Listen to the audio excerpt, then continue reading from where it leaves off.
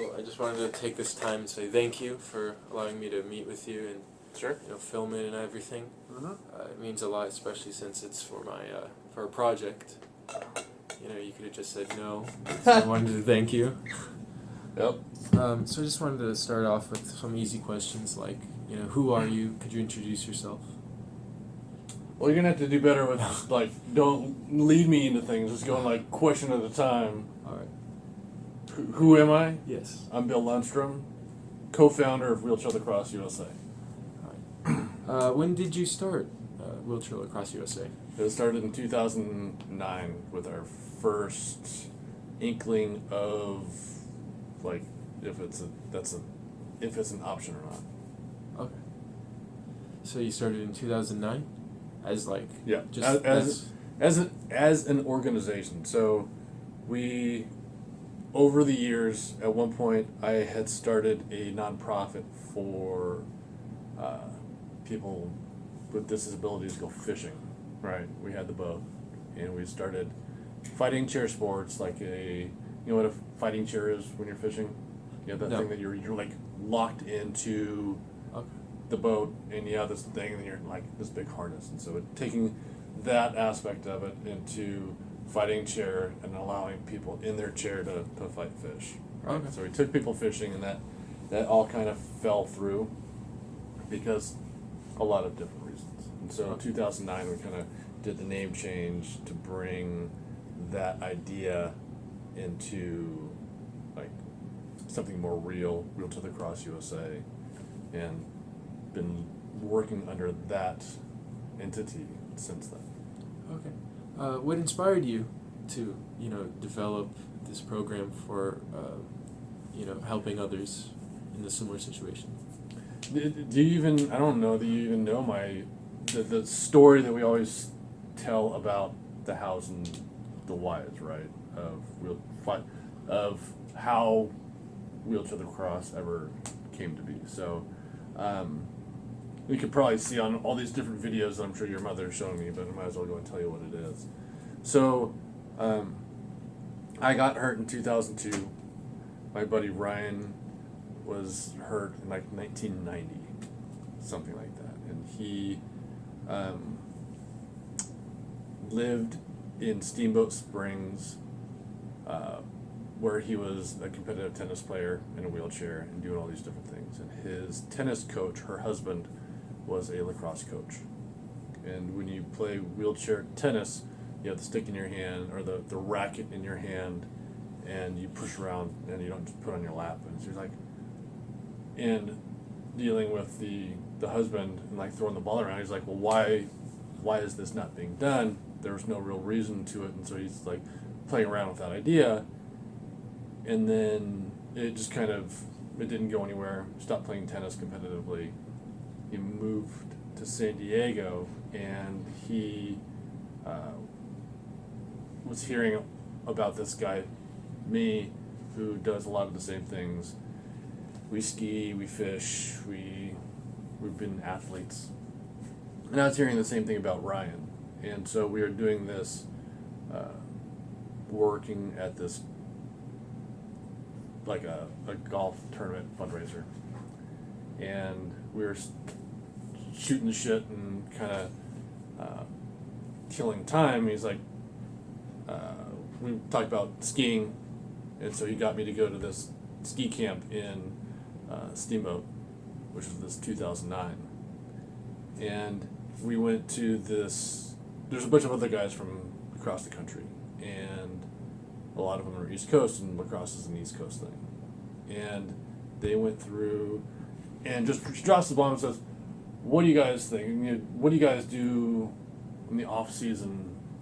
Do you guys ever play lacrosse? Is that even a thing? And everybody kind of looks at him like they're he's crazy. They don't know what you're talking about. It's too hard. And so I kind of light up and well, I needed something different because riding a bike is very solitary, and it's kind of boring. And I was always a swimmer. I did all these things. I did everything solo. Always needed that team aspect of it. And so I kind of I'm I'm into it. I want to do this, and so it's let's figure it out. We go back to the room. We do some Googling, and there's nothing. There's no anything. So we go back home. We grabbed some used sticks, balls, and gloves to figure out if there's some sort of a barrier as to why we're not doing it. We make some phone calls with U.S. Lacrosse, and when we finally talk to U.S. Lacrosse, there's nothing. Nobody's ever reached out to them to, like, for any information. And so we're on our own. We go and, like, go to this tennis court. We're throwing the ball around. It's like there is pushing around. We're doing okay. This is fun. We suck. We don't even know what we're doing. Neither of us had ever played lacrosse before, and so we're picking ourselves with the ball because we just, again, don't know how to do it, and we end up losing all of these balls because they're super bouncy balls. And so we make a phone call to this lacrosse store in town, and we'd heard that there's this no bounce ball, and we're like, that's gonna be right up our alley because they bounce over the fence and go into the drain, and they're not cheap. They're not super expensive, but they're not cheap, and so you lose them all, and it gets really frustrating. And so we go in, and he's like, "Hey, Dan, this is Ryan. Called you on the phone. Looking for those balls." He kind of looks at Ryan like he's crazy. Like, "What are you going to use this ball for? You're in a wheelchair." He kind of tells him a little bit. He's like, "That's cool. I like the story." And Ryan goes home, and a couple weeks later, Dan gives him a call and says, "Hey, Ryan, I need you to come to the shop. I got something for you." So he calls me, and we go down there, and he talked to all of his different reps, and we had all of these boxes full of everything, like a dozen of everything that we needed. Helmets, sticks, shoulder pads, elbow pads, gloves, like everything. Which allowed us to get more guys to see if it was even, there's any interest. We'd do anything with it, and we were having a good time and realizing that it's like we were gladiators in chairs, because we're just beating the crap out of each other. And from there, we were able to, Ryan's in that community, and we got a chance to go to the Abilities Expo in Anaheim. It's everything that is disabled. You can get equipment, you can therapies, there's everything that was, there's like sports. There's the guy that does the like wheelchair flips on skate parks and things like that. That guy was there, like in his beginning, and we had a demo there, and we're feeling like really good about ourselves. We go and do this, and we kind of felt like it was a failure because the balls were rolling around and we're missing passes, doing these things, but we allowed these other guys to get into our sport chairs and put the gear on and throw the ball around and see what it was like. And from that, there was one guy that was so excited about it when he went back to home in San Jose, talked to the adaptive sports program that was there, and they called us, and we did our first camp in San Jose because of that. And since then, over the last it's 10 years or whatever, we've been doing camps every year, starting teams by going to these different locations to help bring awareness, but develop the player base. That's nice. So how many teams do you have right now in the?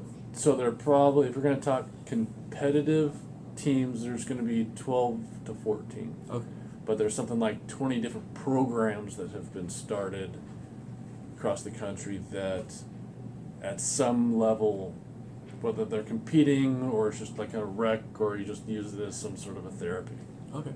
Are there any like international teams, or is it just within the USA right now? No true international teams yet. We've been to Canada a few times. There's a team in Vancouver that's working really hard to grow and be established, but as far as we can tell, we keep trying to go overseas, but no teams have really stuck yet. Okay. What are some easy ways that like anybody that like hears this interview, you know, or watches it, whatever, that can help wheelchair lacrosse grow? How they can grow.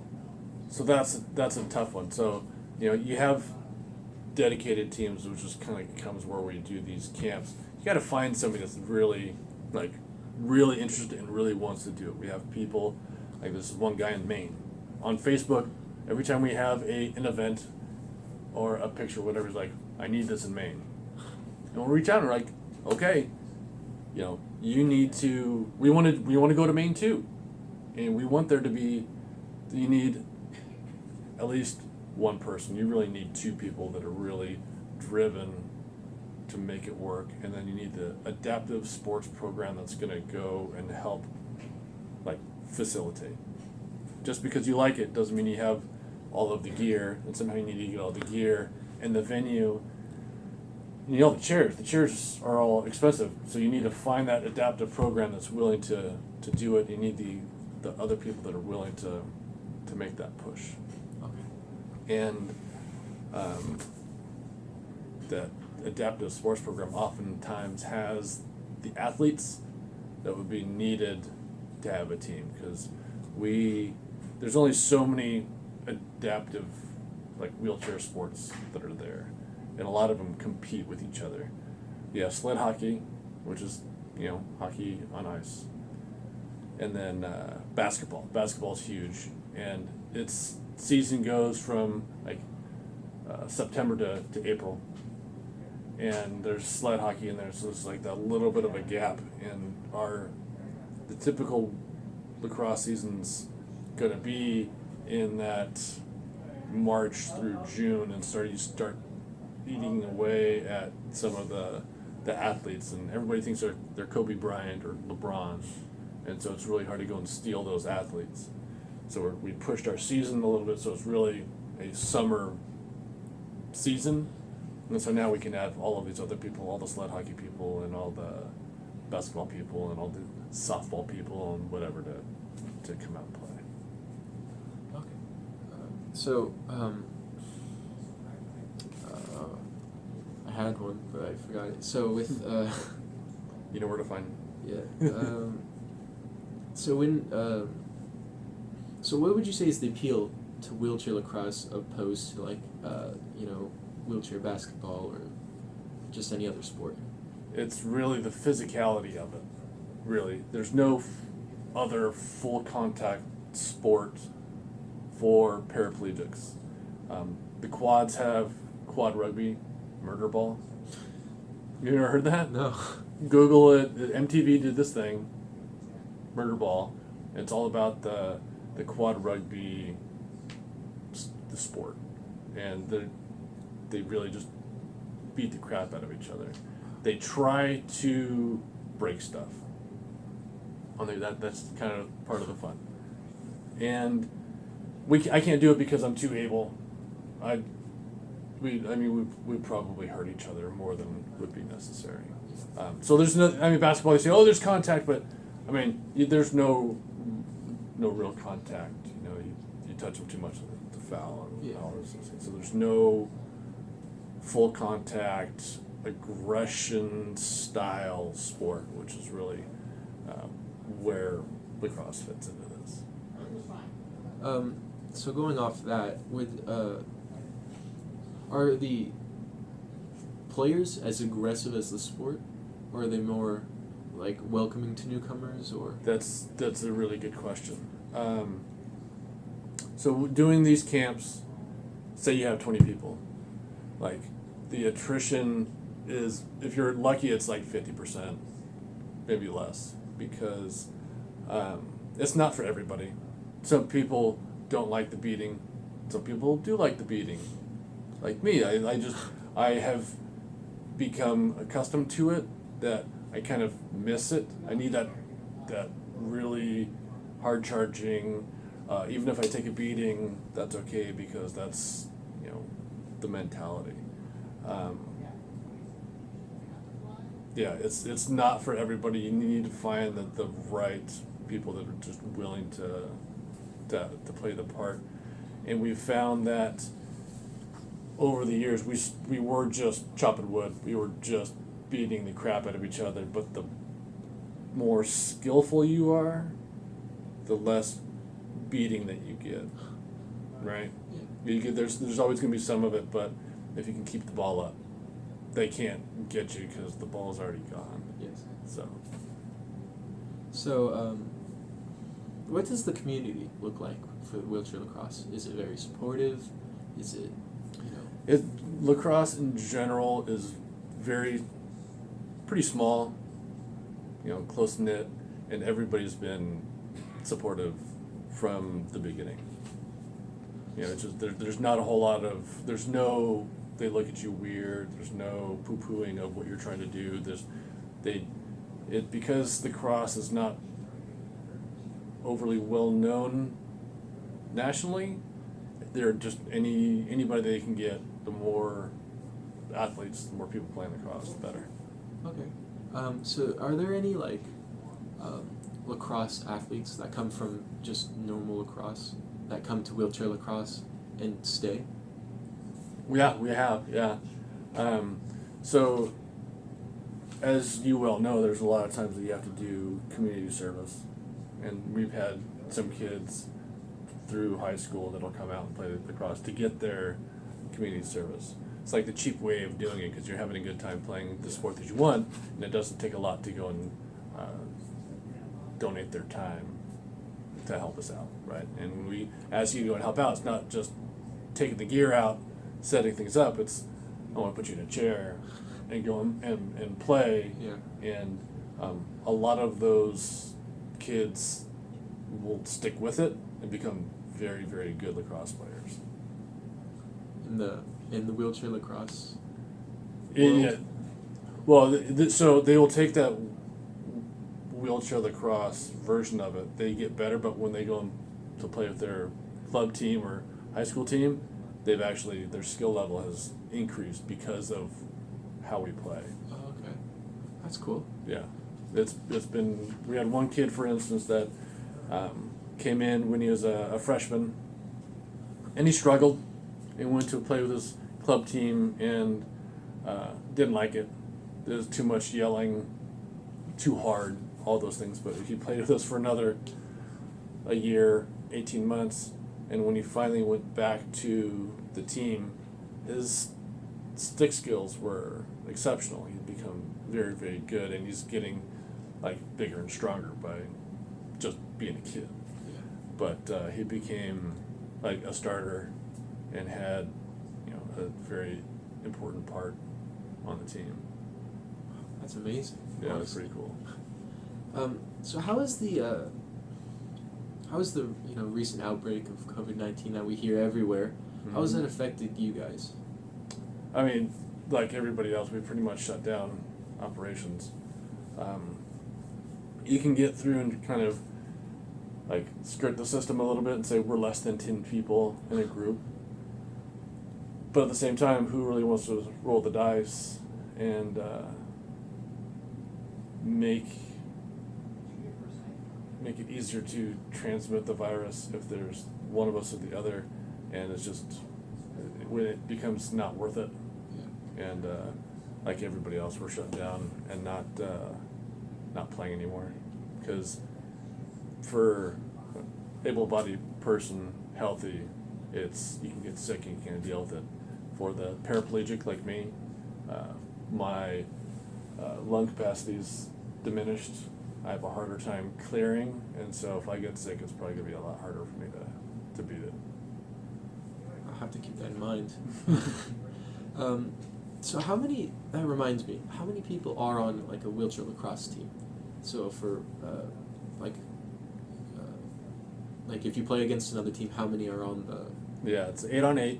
So you have one goalie, 2 defenders, 3 midfielders, and 2 attack. Okay. Is it hard to get players? It's always hard. We're always looking to find players. All right. Do you have because my volleyball coach says that when he has a team, he likes a lot of football players because they're very disciplined. Is there any like players that come from a certain kind of background within a sport that you like in a wheelchair lacrosse player? Just as long as they have a heartbeat, we'll take everybody. Pretty much. I mean, there's, it becomes, if you have the chair skills, if you're playing some other, like, sport, it translates well. The eye-hand coordination. Oh, yeah. That's a good point, actually. I didn't think about that coordination.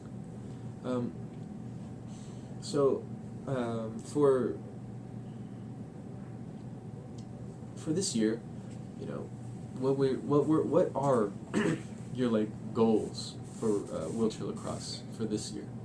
This year, I want to be able to have a tournament. Honestly, at this point, we're going to do our tournament here, but I'm not totally sure that that's going to work out. We have all the way till August to determine that, but there's a tournament in June in Milwaukee that will likely be shut down because of COVID. So I want to have some sort of competition. I want to be able to play again. Yeah, I get you. I feel you. Fellow athletes. Yes. So what are some things that you would want the public to know about wheelchair lacrosse?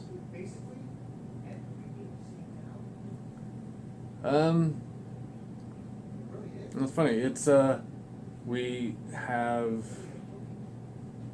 haven't changed a whole lot. We're trying to keep lacrosse. That's probably what it is. We're most proud of the fact that the rule changes that we've made have been very minor. There's not a huge difference between the sports. People see it and they really appreciate it. Okay. And the fact that we're not made of glass and we're guys and aggressive people. We're all the same. Just move around a little bit different. So is this like the all-male thing, or can like females join in? At this point, the ratio of men to women in my community, it's almost like 90% men, 10% women, right? Okay. That's not going to be exact, but it's going to be pretty close. You can Google that pretty easy. But there's not going to be enough women that want to play, and the women's game is very different. Okay. So we do have women. They just play the men's game, and they are oftentimes more brutal than what the men are. That's nice to hear. A little difference than the typical, if you will. Yeah, they're great. I mean, they're so much fun to have them come out and play. It's great to hear.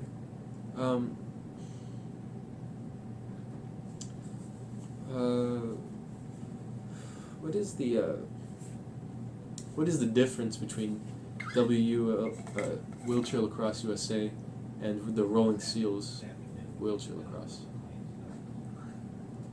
Wheelchair Lacrosse USA is the national governing body of wheelchair lacrosse. The Rolling Seals is the San Diego local team. Okay. So Wheelchair Lacrosse USA is like, the NFL kind of thing? Yeah, that's the umbrella. That everything falls under? Yeah. Okay. Yeah. So when did you start the local team, the Rolling Seals? It's really in conjunction with, like, if we were doing any wheelchair or anything, we had our local team, but we'd go and travel and do all these other things under the umbrella. So okay. We started like the true San Diego organization, I think last year, Okay. year before, something like that. Just so that there's a separation of church and state. Yeah. We can't have everything running through nationals. There's a little bit of,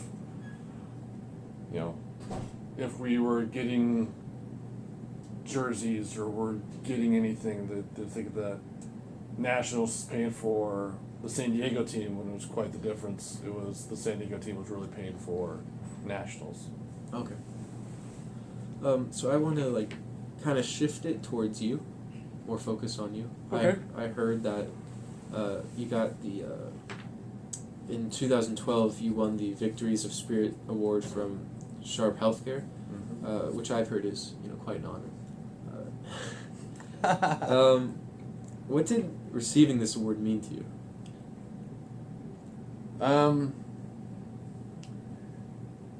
It's, I don't know, it's nice to know because I only know one way of doing things, right? I've not been taught to be selfish. I don't want to do just me, and so having the opportunity to go and help other people has always been compelling for me, and to get recognition doing that, it's great, but that's not what you're reaching for. That's not what you want to be known for. To get it is great, but I always feel weird because it's just me being me. It's not me trying to be somebody else, and so it's just kind of you take it because it's great, but you feel a little bit weird getting awards for being you. Yeah. I mean, I bet, right? You've known me forever, so it's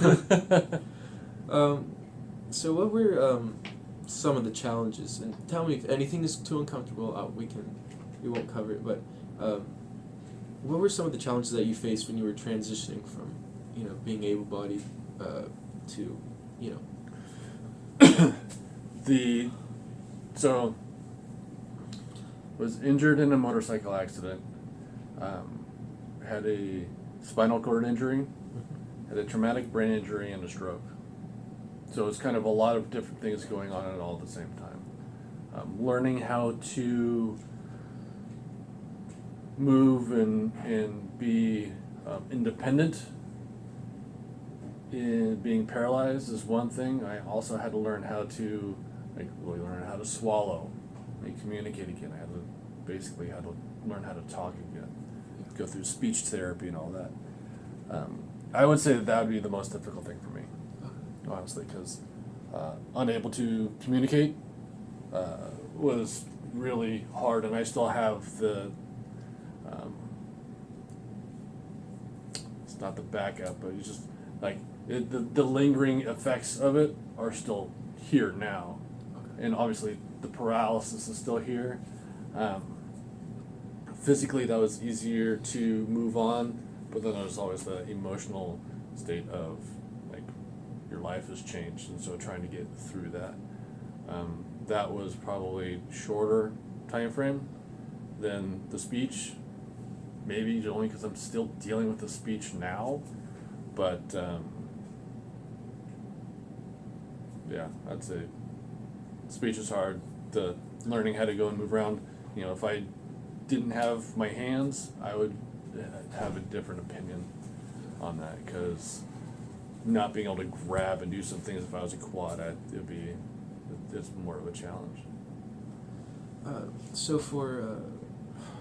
you mentioned that speech is very difficult for you. So with that, so under that, would you say that's still a daily challenge? And if what are some of the daily challenges that you face now that you are paraplegic? Yeah, I mean, speech, it's not going away. I wish it were, but I've recovered as far as I could expect to have gotten. A lot of these things physically and speech and all that, there's a time frame, was 6 months or a year or whatever. That's when you get most of your recovery back. Now I'm what am I, 17 I'm 17 years into it. I'm not going to go and get any better, and so but I still deal with it every day. The physical part, it just becomes normal. The worst part of the physical aspect of it is when people parks in the striping of the handicap parking areas, because they have those for reasons, not for the people that can jump out and run somewhere. We have it because I have a chair. I need to be able to get in and out, and if somebody parks too close to it or in the stripe, then I can't get in or out. So you So you drive, right? I do drive. So you drive, you have a family and everything. So I there do. is hope after. There is. It's one of those things. There's not awful times you don't recognize what your opportunities are when you're injured. You're in rehab, and I had people trying to come and tell me, "Yeah, everything's good. You got this. You got that." I wanted nothing to do with it. I shut everybody down, and I just needed to do my own thing. But knowing that you can have a family, that you can potentially live independently and have a full life and do all these different things, and things are just a little bit different. It's good because there are a lot of people that you either choose to be like moving forward, or some people are just stuck in the past. So do you help people, right, that are recently in spinal cord injuries? I will go and mentor people with Sharp when they have newly injured people. How do you go about that? You know, when you get the call, how do you, like, what goes through your mind? That's a really good question because I have no idea. I can only go off of my experiences. They try to put you together with somebody that is like injury, right? Don't put me with a quad because I don't have the same experiences as a quad. Yes. But you know, if they're concerned about family or having sex or some of these things, you try and like give them your experiences and like let them know that, you know, it is okay to be in a chair, you know, whether it's fun or not, you know, you're still able to move on and have relationships and families and careers, even though you were now in a chair. Yeah. How old were you when you got in your accident? 27. 27. Wow. So young. Well, I mean, and for me, I was able to, I had a life prior to, you know, like Ryan, he was like 18. He hadn't really blossomed to be like a man yet, so he was missing. I think he's still missing some of those different things that you're able to do. I had started to get older and fatter, whereas when you're in high school or in college, you're still getting, you know, you're still growing up a bit. I had a chance to experience a lot of different things, and so at 27, I'd say I was at a good spot.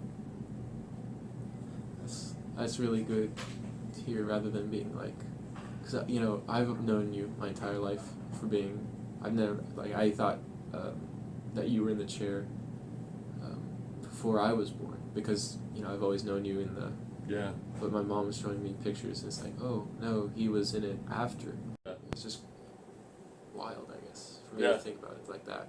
When you think about that, it's a lot of people in the office, they, like Jim, has never seen me not in a chair. Yeah.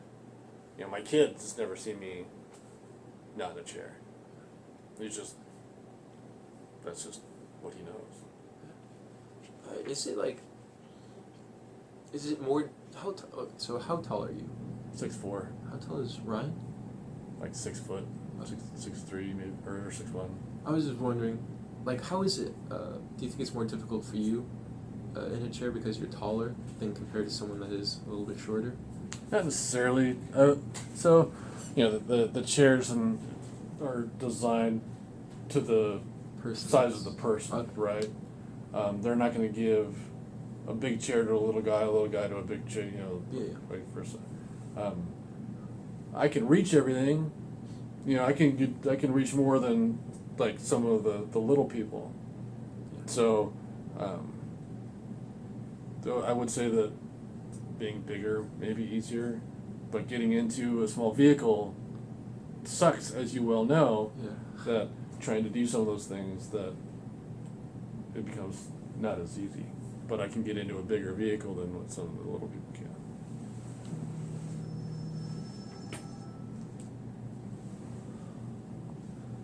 What is the hardest part of helping others at Sharp?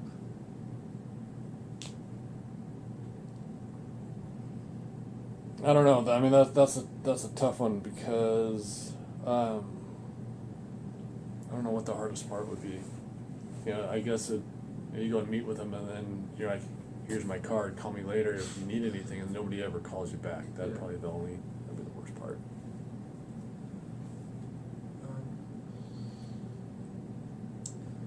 What are some of the things that you wish the general public knew about interacting with someone that is paraplegic?